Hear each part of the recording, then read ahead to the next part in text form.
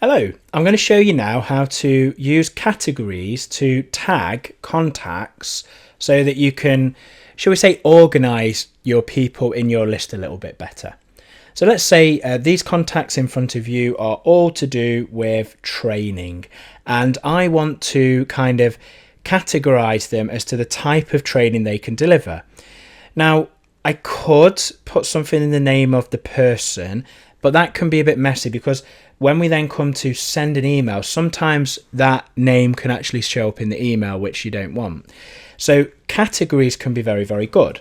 So let's just take John and Jane. Maybe John does health and safety training. Jane perhaps does, I don't know, maybe time management. Maybe Dave does IT. And maybe Steve does management or something like that. I'll probably say different things as I go through this, but we can use this idea of categorization to kind of tag these. So look, John, I'm going to right click on John. I'm going to go to categories just here. Now, you can also get categories from the menu at the top. It's exactly the same thing, but right click, go to here. Now, you'll notice, can you see I've got meeting and order? They are categories that I have added whilst I have been doing emails, because the thing to realize about categories, and one of the things that I think is really good, is that categories run throughout the whole of Office. So if you use categories in emails, you can use the same categories in contacts, in your calendar, in your tasks, everywhere. They work exactly the same. So I'm going to say orange is my category for health and safety training. So if I click onto that, now, because I've not used this category before, it's going to ask me to name it. So I'm going to put here health and safety training. You can change the colour if you want. You can assign a shortcut key if you like. And then once I'm ready, I'm going to click yes.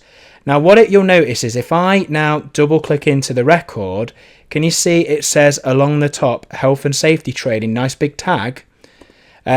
It doesn't show it in this particular view, but if I just go, I'll tell you what, I'll tag Jane as being health and safety as well.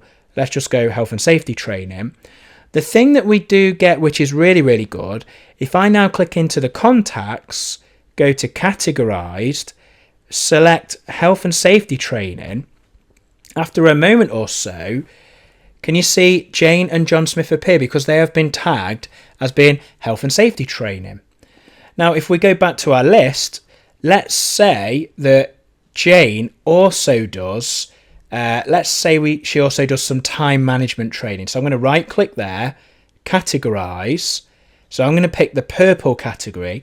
And when you do this, put a bit more thought into what colors you want for which thing. But I'm going to call this time man training and then click yes. So if I now double click into Jane's record, can you see very quickly we can see that Jane does time management training and health and safety training. But here's the beauty of this. Let's say we need to find someone who is capable of doing both health and safety and time management training. So if I now click onto categorized, click health and safety training, can you see this gives me Jane and John?